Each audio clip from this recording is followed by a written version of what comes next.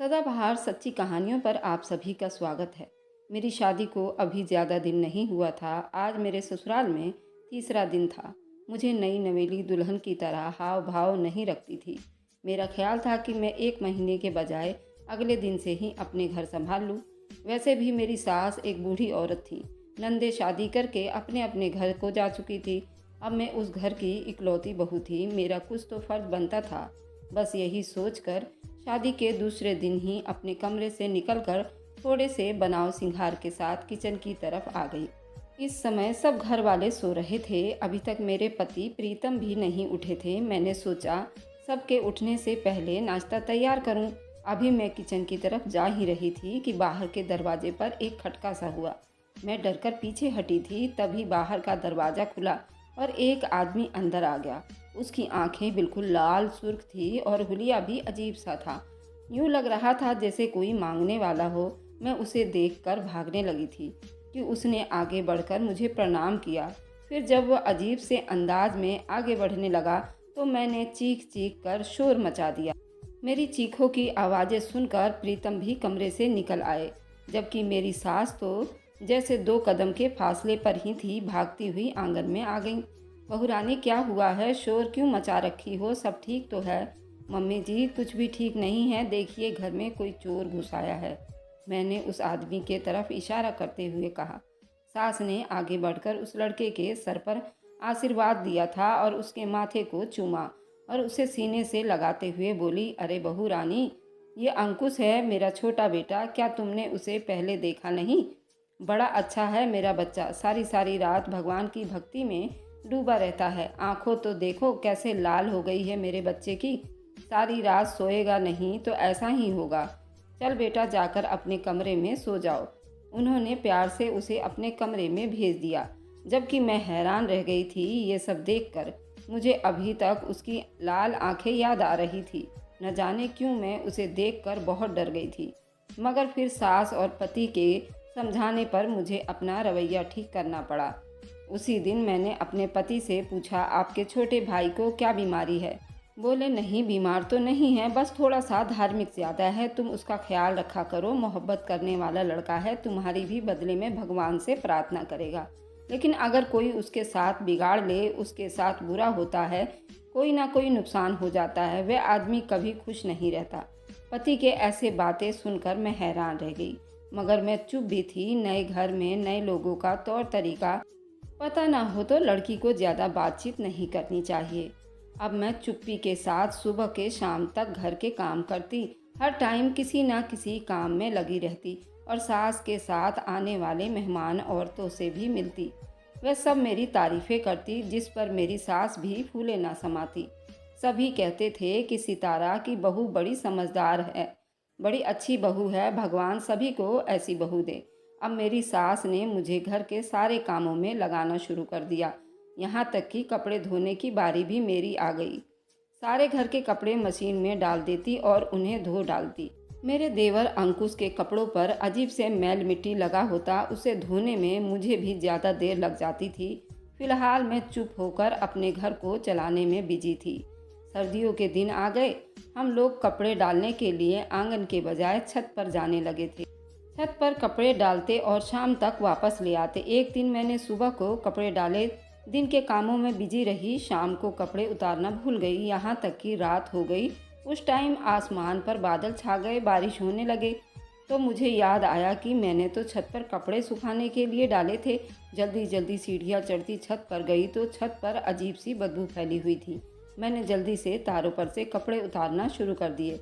सभी कपड़े जमा करके अब मैं गठरी सी बना ली। तब मैं वापस आने लगी, मुड़ी ही थी कि मैंने अपने पीछे अपने देवर को खड़े देखा।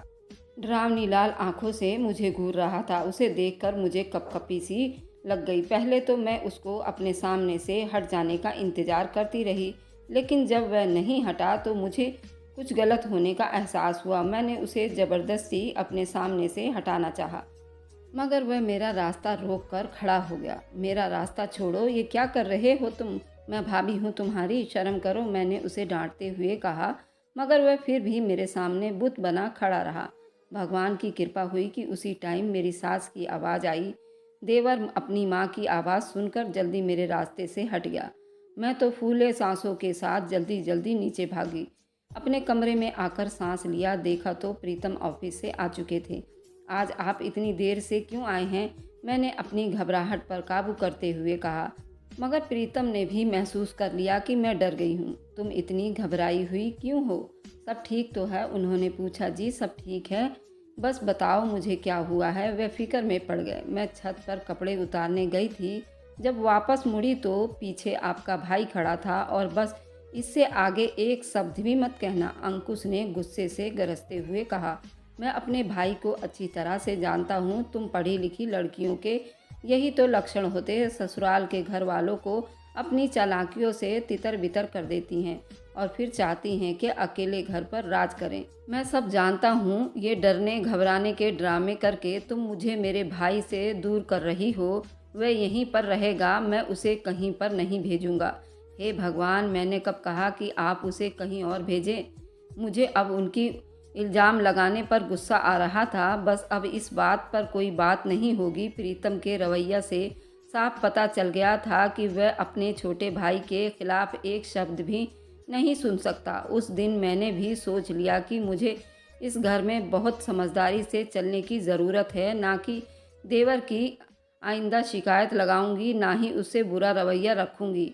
यह ना हो कि वह मेरी बेकार में शिकायत लगा दे और फिर प्रीतम मुझसे नाराज़ हो जाएं। यही सोचकर मैंने समझौता कर लिया। अब मेरी सास मुझे जो भी कहती उनका कहना मानती। वे अक्सर वीरवार या शुक्रवार को हलवा बनवाती, कभी तो खीर पकवाती, कभी मीठा बनवाती, फिर कोई और तरह के मिठाइयाँ बनवाती। वीरवार को शाम को सास मेरी गाजर का हलवा तैयार किया और कहने लगी, जाओ और जाकर अपने देवर को दे आओ, वह भूखा बैठा होगा, बेचारा कुछ खाने को भी नहीं मांगता। सास की इस बात पर मैंने उन्हें मना कर दिया कि माँ जी, आपका बेटा है, आप ही उसे जाकर दे आएं। मेरा तो वैसे भी उससे पर्दा करने का हक बनता है। लोग क्या तुम मेरे बेटे से इस तरह गलत कैरेक्टर की समझती हो? मेरा बेटा ऐसा नहीं है बहू कि तुम उस पर पर्दा करने लग जाओ। भगवान के लिए ये ड्रामे अपने घर में जाकर करना। मैं सास की बातों पर हैरान रह गई। वह सीधे तरीके से पर्दे को ड्रामा और न जाने क्या क्या कह रही थी। बल्कि मैं शुरू दिन से ही इस बात के बिल्कुल खिलाफ थी कि मैं अपने देवर के कमरे में न जाऊं। न मैं उससे कोई फालतू बात करती थी कि मुझे उसके सामने जाने का मौका मिले। मगर उस दिन माँ जी ने हंगामा खड़ा कर दिया। जाओ बहू, मेरे बेटों को जाकर हलवा दे आओ। जब तुम अपने दिल से उसकी नफ़रत नहीं निकालोगी, मेरे दिल में जगह नहीं बना पाओगी। मैं अपनी ही तकदीर पर हंसने लगी। क्या अब मेरा काम सिर्फ सब घर वालों के दिलों में जगह बनाना रह गया था? क्या मेरी अपनी कोई जगह नहीं थी?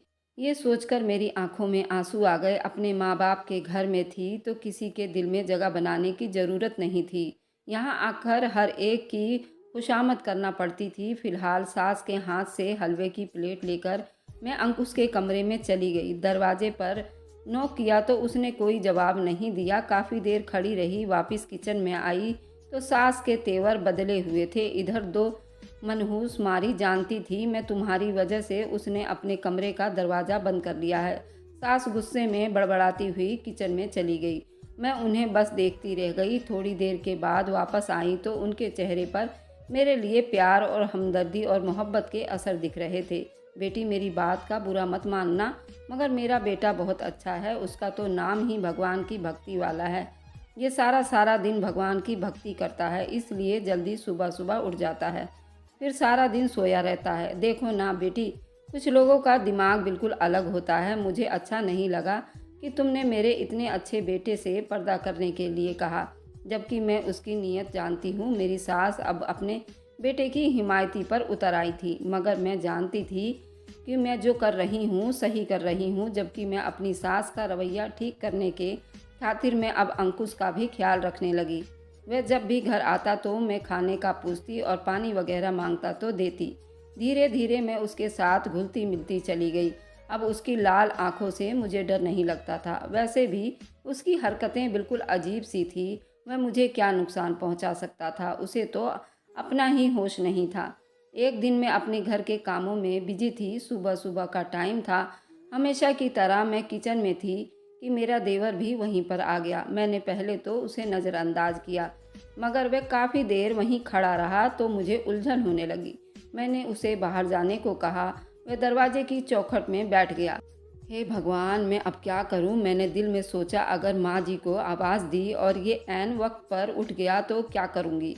मैंने दिल में सोचा, मेरी सास तो वैसे ही मुझ पर बातें बनाने की बहाने ढूंढती रहती हैं, मगर मैंने ये नौबत नहीं आने दी। चुपचाप खड़ी रही। वह भी मुझे चुपचाप खड़ा देखता रहा। फिर अपना सर झुकाकर बोला, भाभी मुझे थप्पड़ मारो, मेरे मुंह पर थप्पड़ मारो। वह बिल्कुल पागलों की तरह बोल रहा था। ऐसा क्यों कह रहे हो अंकुश? तुमने ऐसा कुछ नहीं किया कि मैं तुम्हें थप्पड़ मारूं। मैंने उसे प्यार से समझाना चाहा, मेरे मुंह पर थप्पड़ मारो। उसने चीखते हुए कहा। मैं उसकी बात सुनकर डर गई। इतने में प्रीतम भी वहां आ गए। अंकुश, तुम यहाँ क्यों बैठे हो? उन्होंने हैरान होकर पूछा। भाभी से कहो मुझे थप्पड़ मारे। अंकुश ने बड़ी पागलों की तरह कहा। तुमने उसे कुछ कहा है? मेरे पति ने मुझसे घूरते हुए कहा। नहीं प्रीतम, मैं ऐसा क्यों कहूँगी? ये तो मेरे छोटे भाइयों की तरह है। खूब समझता हूँ मैं तुम्हें, तुम और तुम्हारी चालों को मैं अच्छी तरह से समझता हूँ, प्रीतम ने कहा और अपने भाई को लेकर उसके कमरे में चले गए। मैं हैरान थी कि ना ही मेरे पति को मुझ पर यकीन है और ना ही मेरी सास को। बस अगर किसी का यकीन और मानना तो सिर्फ अंकुश का, जो उस घर का बेताज बादशाह था। मैं अब इन हालात से तंग पड़ने लगी थी। मैं उस घर में ब्याह कर अपने पति के लिए आई थी, मगर दिन भर मुझे अपने देवर की बातें सुनना पड़ती थी। उस दिन मैंने सोच लिया कि मैं अपने इस बारे में बात करके ही रहूंगी, क्योंकि इस तरह अगर चलता रहा तो मेरी इस घर में कोई जगह नहीं रहेगी सिवाय अंकुश की नौकरानी बनने की। रात को सब कामों से फ्री होकर मैं अपने कमरे में गई तो प्रीतम को इस बारे में बताना चाहा। प्रीतम, आप एक बार मेरी बात सुन लो। कहो, अंकुश के अलावा वह कुछ बात और नहीं होनी चाहिए, उन्होंने बेधड़क से कहा। लेकिन मुझे अंकुश के बारे में ही बात करनी है। मैंने कहा ना, इस बारे में कोई बात नहीं होगी। फिर तुम्हें समझ क्यों नहीं आती? प्रीतम, आप समझने की कोशिश करो। मैं आपके भाई के भले की बात कर रही हूँ। आपके भाई का दिमागी तौर पर स्वस्थ नहीं लगता। आप उसे कहीं चेक करवाएं कि उसे हुआ क्या है। या तो वह ये सब नाटक कर रहा है या उसे कोई बीमारी है। आप क्या उसकी इस आदत को धर्म से जोड़ रहे हो और बाबा समझ रहे हो? मैंने तुम्हें कहा ना, तुम चुप रहो। तुम भगवान के लिए बिल्कुल चुप हो जाओ। पति ने मेरे सामने हाथ जोड़ दिए तो मुझे अपनी बेइज्जती महसूस हुई। उस दिन के बाद मैं चुप होकर रह गई। मैंने अपने जुबान को मानो जैसे बिल्कुल ताला ही लगा दिया हो। मैंने अपने घर वालों की शिकवा शिकायत करना छोड़ दिया। वैसे भी अंकुश के बारे में बात करना फिजूल था। हर कोई उसे अच्छा और धार्मिक समझता था और उसकी बात को अहमियत देता था। मैंने अंकुश को थप्पड़ मारने के बारे में काफ़ी सोचा। मैं इस नतीजे पर पहुंची कि अंकुश कोई ऐसा जादू टोना करता है जिसके बाद उसने मुझे थप्पड़ मारने को कहा। शायद वह मुझसे बदला लेने के लिए सोच रहा हो। मेरे दिल में कई तरह के शक पैदा हो गए थे। उस दिन मेहमानों को भी आना था। मैं सुबह से ही खाने की तैयारियां में बिजी थी, क्योंकि शाम को मुझे वक्त नहीं मिलता। मेहमानों के साथ औरतें भी आ रही थी। मेरे पति ने बताया कि वे अपने भाई का रिश्ता कर रहे हैं। मुझसे खास कहा गया कि मैं उनके लिए अच्छा खाना तैयार करूं। समय बीतता जा रहा था और मेरा काम था कि फैला ही जा रहा था। दिन के 10 बजे अंकुश अपने कमरे से बाहर निकला। वह सीधा किचन की तरफ आ रहा था। उसे देखकर मैं रास्ते से हट गई। जानती थी केवल ऐसी ही कोई ऊटपटांग हरकत करेगा। किसी भी तरह की बदतमीजी से बचने के लिए मैं किचन से बाहर आ गई। मुझे किचन से निकलता देखकर अंकुश ने किसी तरह की कोई बदतमीजी करने का नहीं सोचेगा। काफ़ी देर किचन में मगन रहा। जब मैंने सोचा कि ये तो जाने वाला नहीं है तो खुद ही किचन की तरफ बढ़ गई। मैंने देखा कि उसके हाथ में 2 पन्नियाँ थी। उसने अपनी मुट्ठी में मीट उठा रखा था जो बिल्कुल कच्चा था। उससे पहले कि मैं उसे कुछ कहती, मीट को लेकर वह कमरे से चला गया। वह कच्चा मीट था। मेरी तो समझ में नहीं आया कि अंकुश कच्चे मीट को करता क्या है। उस दिन अंकुश का रिश्ता देखने जो लोग आए थे उन्होंने अंकुश से मिलकर रिश्ते से मना कर दिया, जिसका सारा इल्ज़ाम सिर्फ और सिर्फ मुझ पर आया। मुझ पर यह इल्ज़ाम लगाया गया कि मैंने रिश्ते वाली औरतों से अपने देवर की बुराई की है, जबकि ऐसी कोई बात नहीं थी। मुझे अंकुश से कोई लालच नहीं था। मैं तो चाहती थी कि उसकी शादी हो जाए ताकि वह दोनों भाइयों को उनका हिस्सा अलग मिले। फिलहाल यहाँ तो समस्या कुछ और था। अंकुश का रिश्ता ठुकराए जाने पर वह बिल्कुल पागलों जैसी हरकतें करने लगा। उसका रवैया अब अंकुश के भाई और उसके माँ के लिए भी मुश्किल होता जा रहा था। एक दिन अंकुश अपने कमरे में नहीं था, यूं ही सफाई की वजह से उसका कमरा अभी मैंने खोला ही था कि वहाँ का सीन देखकर मेरे तो जान ही निकल गई, क्योंकि वहाँ पर सारा कच्चा मीट दीवारों के पास पड़ा हुआ था, जिस पर बेहिसाब चींटियाँ लगी हुई थी, जबकि अंकुश ने यहाँ खाने पीने की और भी चीज़ें रखी थी, मगर उनमें से एक भी चीज़ खाने के काबिल नहीं थी। सब बासी और ख़राब हो चुकी थी। पुरानी चीज़ें थीं जिन्हें अंकुश ने न जाने कब से कमरे में जमा कर रखा था। हम सबको ये देखकर हैरत हुई। फिर जब मैंने पति को इस समस्या के बारे में बताया तो वह भी परेशान हो गया। बोले, अंकुश को कोई दिमागी ही प्रॉब्लम है, मैं उसे अस्पताल में भर्ती करवा दूंगा ताकि उसके अच्छे से इलाज हो सके। प्रीतम के बदलते हुए तेवर देखकर मैं भी हैरान रह गई कि इतनी जल्दी प्रीतम को अंकुश के बिगड़ने का एहसास कैसे हुआ। मगर फिर बाद में उन्होंने मुझे बताया कि अंकुश की इस बीमारी के बारे में उनको पता था, मगर उनका हौसला ना टूटे और मैं पागल ही ना समझना शुरू कर दूं। उन्होंने शुरू दिन से ही मुझसे ये समस्या छुपा दिया। दरअसल अंकुश मेरे पति का सगा भाई नहीं था, वह उनके पापा के दूसरी पत्नी से पैदा हुआ था और उसकी माँ पैदा करते ही इस दुनिया से जा चुकी थी। और ये बचपन से ही दिमागी हालत इसकी ठीक नहीं थी। पहले तो पता नहीं चला, जब ये जैसे जैसे बड़ा हुआ तो हमें एहसास हुआ इस चीज़ का। फिर मेरे पापा ने इसे संभालने के लिए मेरी मम्मी से शादी कर ली थी, जबकि मेरे ससुर जी एक सरकारी ऑफिसर थे, उनके पास किसी चीज़ की कोई कमी नहीं थी। यूँ हुआ था कि मेरे पापा को मेरी बुआ ने चढ़ा दिया था कि दूसरी शादी कर ले, शायद ये बच्चा ठीक हो जाए। जब मेरी माँ से मेरे पिता ने शादी की तो मेरी माँ इस बच्चे को संभालने के बजाय अपने आप में ही लग गई। उनके खुद के ही बच्चे होते गए, जिसमें 2 बेटी और मैं हूँ।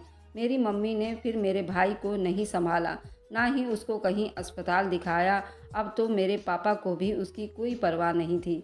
मेरी माँ चाहती थी कि ऐसे ही रहेगा ताकि मेरे बेटे का हिस्सेदार ना बन सके। अगर इलाज करवा देती और ठीक हो जाता तो मेरे हिस्सेदार बन जाता। इसलिए माँ ने इस पर बिल्कुल भी ध्यान नहीं दिया, जैसे था वैसे ही चलने दिया। लेकिन मुझे इस बात का बहुत एहसास हो रहा है। अब मैंने अपने भाई का इलाज करवाऊंगा और ये सब अब तुम्हारी वजह से हुआ है। अब मुझे एहसास हुआ है कि सच में ये दिमागी हालात से ठीक नहीं है और उसको इलाज की ज़रूरत है। कल ही इसको मैं भर्ती करवा देता हूँ। इस तरह से फिर हमने उसका इलाज करवा दी और वह अब थोड़ा थोड़ा ठीक होने लगा है। तो कैसी लगी मेरी ये स्टोरी कमेंट में ज़रूर बताइएगा। जब तक के लिए thanks for watching, like and subscribe, bye bye.